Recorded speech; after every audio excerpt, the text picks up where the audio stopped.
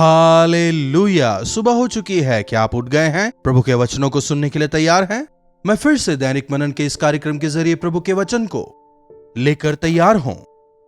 हर रोज प्रभु के सानिध्य में समय बिताकर हमारी परिस्थितियों को जानने वाले परमेश्वर हमारे लिए जो संदेश देते हैं उन्हें लेकर मैं आप तक आता हूं। आप में से कईयों ने यह गवाही दी है। इन कार्यक्रमों के जरिए आप आशीष पा रहे हैं, इसके लिए मैं प्रभु का शुक्रगुजार हूं। आइए प्रार्थना से आज के मनन को शुरू करें। पवित्र पिता, आपका धन्यवाद। एक बार फिर से हम आपके वचनों से सुनना चाहते हैं।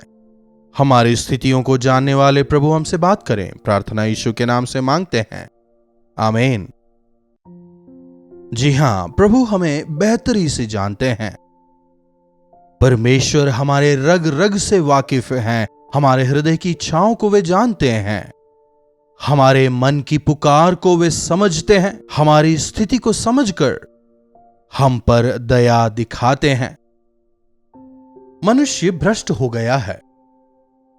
परमेश्वर ने मनुष्यों को अच्छा ही बनाया था। जब उनकी रचना की गई थी वे धर्मी ही हुआ करते थे, लेकिन सब ने अपने मार्ग को भ्रष्ट कर लिया। आदम हव्वा के किए गए पाप की वजह से हम सबों के अंदर वह पाप का बीज आ गया। हम उस पाप का विरोध नहीं कर पाए, शैतान का विरोध नहीं कर पाए। यहां तक कि प्रभु के लिए जीने की इच्छा रखने वाले भी आज संघर्ष कर रहे हैं। वाकई में यदि आज आप वचन सुन रहे हैं तो आप प्रभु से प्रेम करते हैं, इसमें कोई संदेह नहीं। इसी सोशल मीडिया पर कई सारी विभिन्न चीजें मौजूद हैं, लेकिन इसके बावजूद अगर आप इन संदेशों को सुन रहे हैं, मतलब आप प्रभु से प्रेम करते हैं, आप उनके वचनों को सुनने का इंतजार करते हैं। उतना ही नहीं, हमारे अंदर एक आतुरता है। अरे प्रभु जैसा चाहते हैं मैं वैसा जीने नहीं पा रहा। अरे मैं पाप से दूर नहीं रह पा रहा। कई बार जो नहीं चाहता कर बैठता हूं, जो चाहता वो नहीं कर पाता। जब तक वचन सुनता हूं प्रभु के लिए जीने की इच्छा रहती है, बाहर जाते ही बलहीन हो जाता हूं। जब प्रार्थना करता हूं हिम्मत मिलती है, खत्म होने के साथ साथ दोबारा बलहीन हो जाता हूं। यह संघर्ष मुझसे और झेला नहीं जा रहा।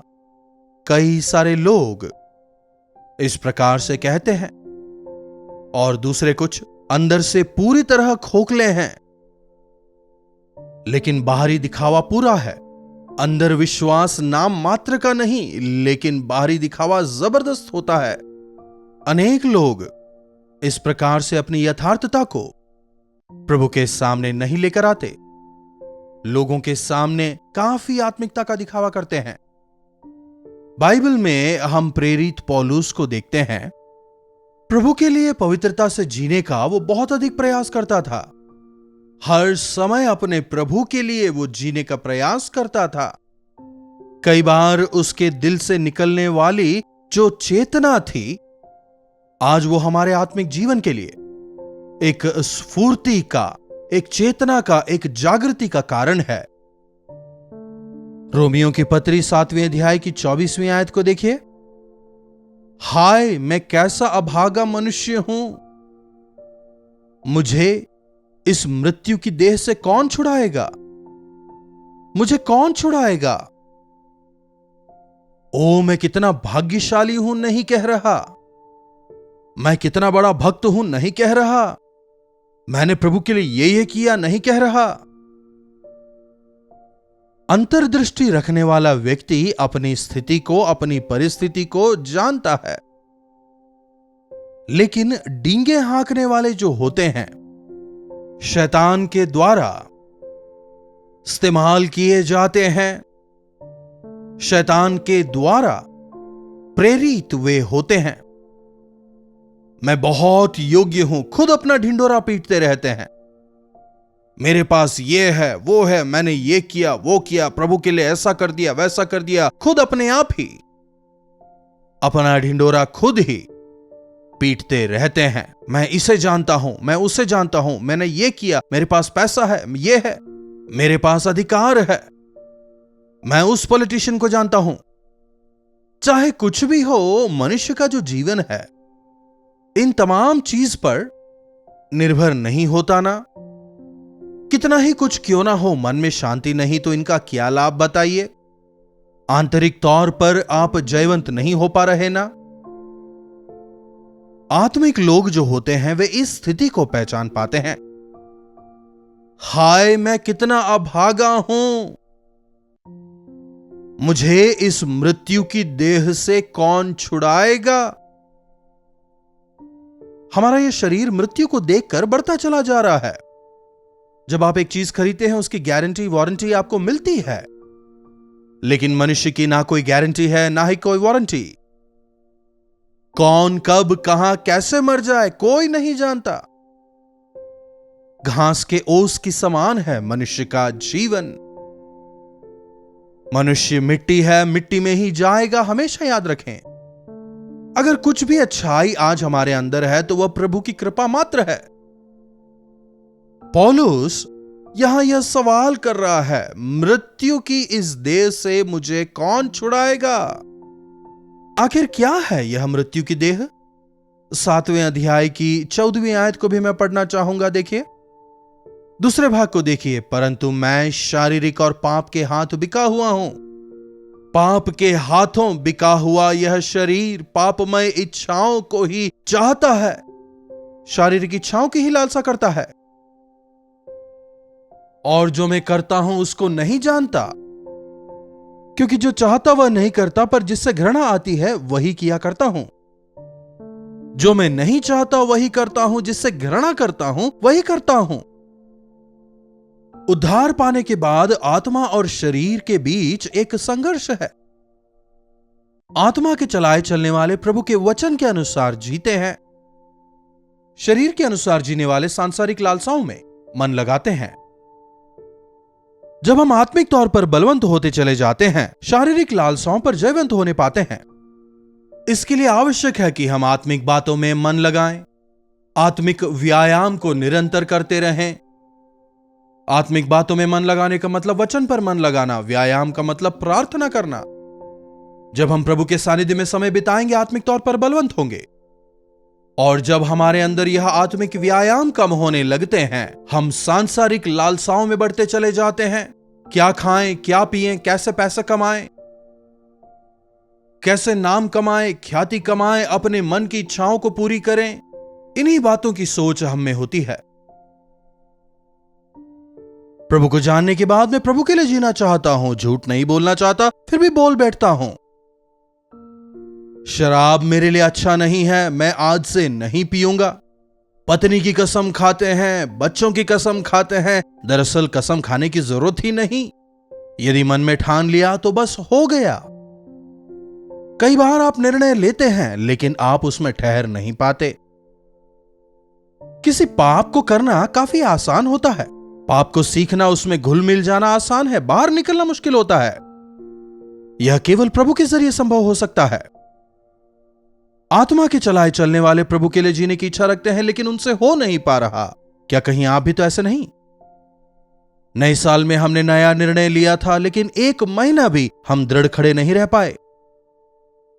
दोबारा से वही पुराना जीवन। कई लोग आज ऐसा कहते हैं। हर रविवार चर्च जाएंगे, नहीं जा पा रहे। हर फ्राइडे उपवास करेंगे, नहीं कर पा रहे। प्रार्थना करेंगे कहा था, नहीं कर पा रहे।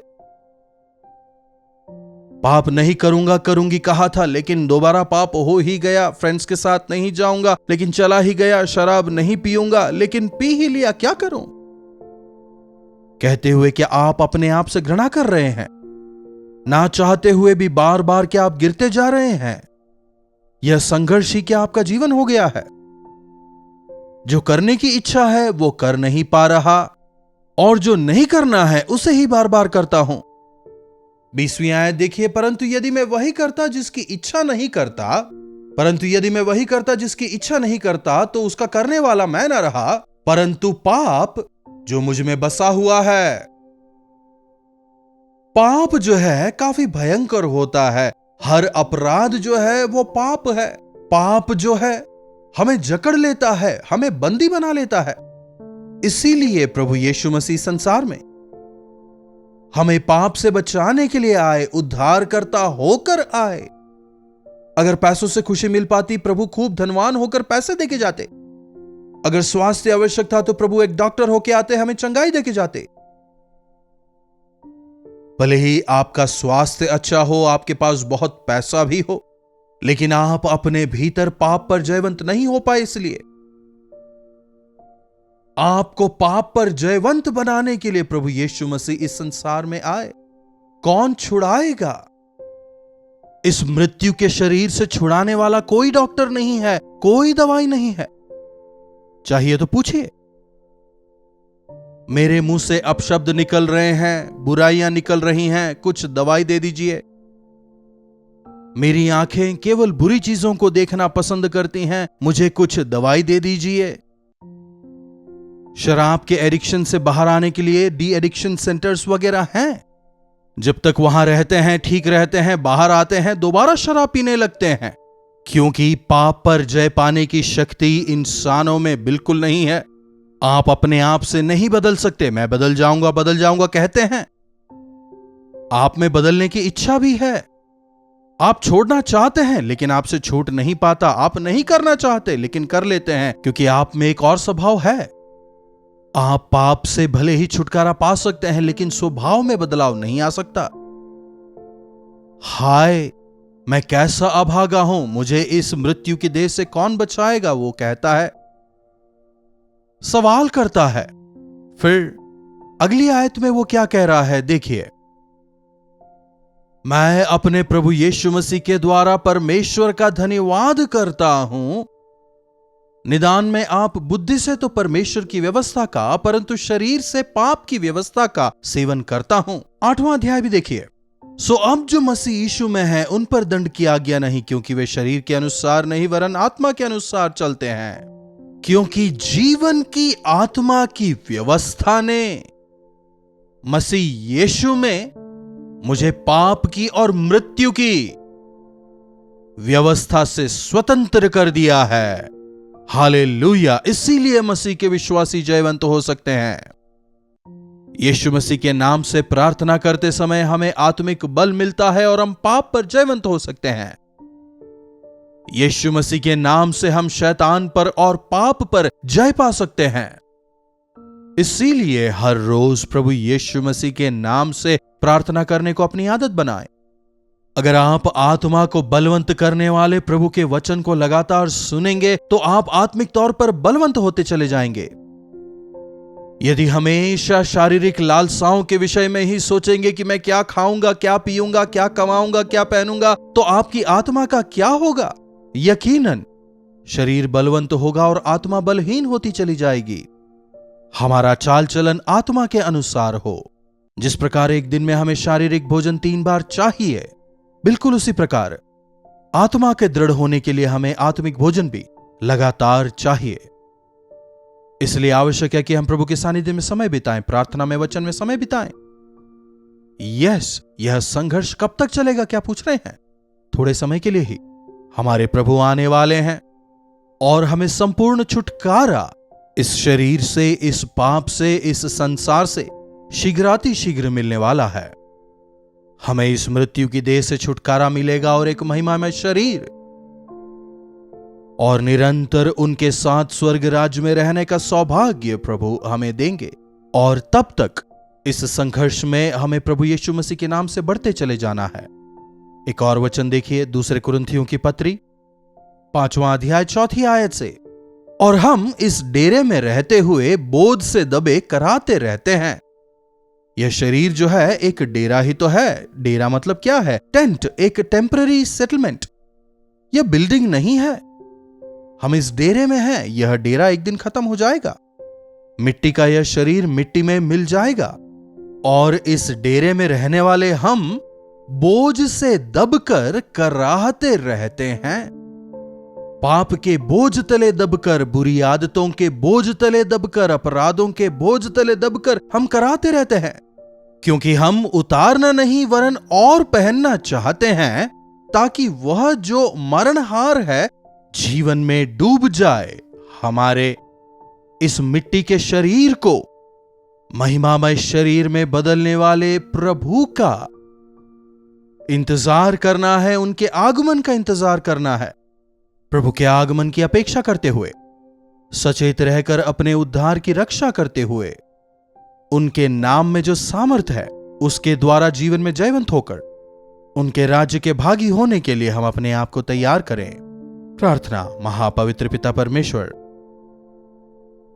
प्रभु, जबकि हम इस संसार में रहते हैं, मिट्टी की बनी यह मृत्यु की देह हमारा पीछा कभी नहीं छोड़ेगी।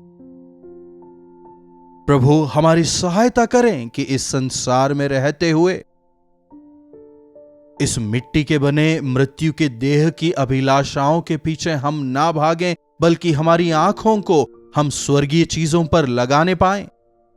इस देह पर प्रभु यीशु मसीह के सामर्थ्य के द्वारा, पवित्र आत्मा के अभिषेक के द्वारा, उनकी शक्ति के द्वारा इस मृत्यु की देह पर जयवंत होकर जीने का अनुग्रह पिता परमेश्वर आप हम में से एक एक को दे दें।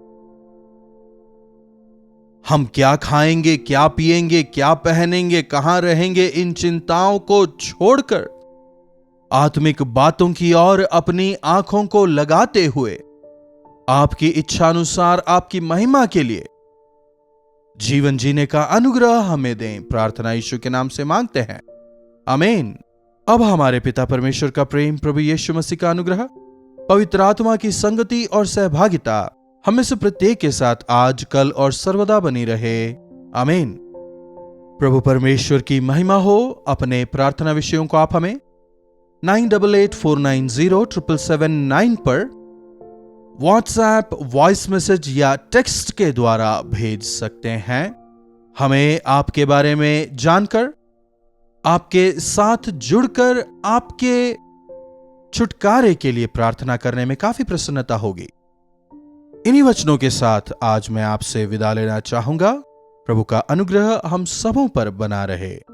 कल्वरी दर्शन, ये है प्रेम के दर्शन, यीशु प्रेम के दर्शन।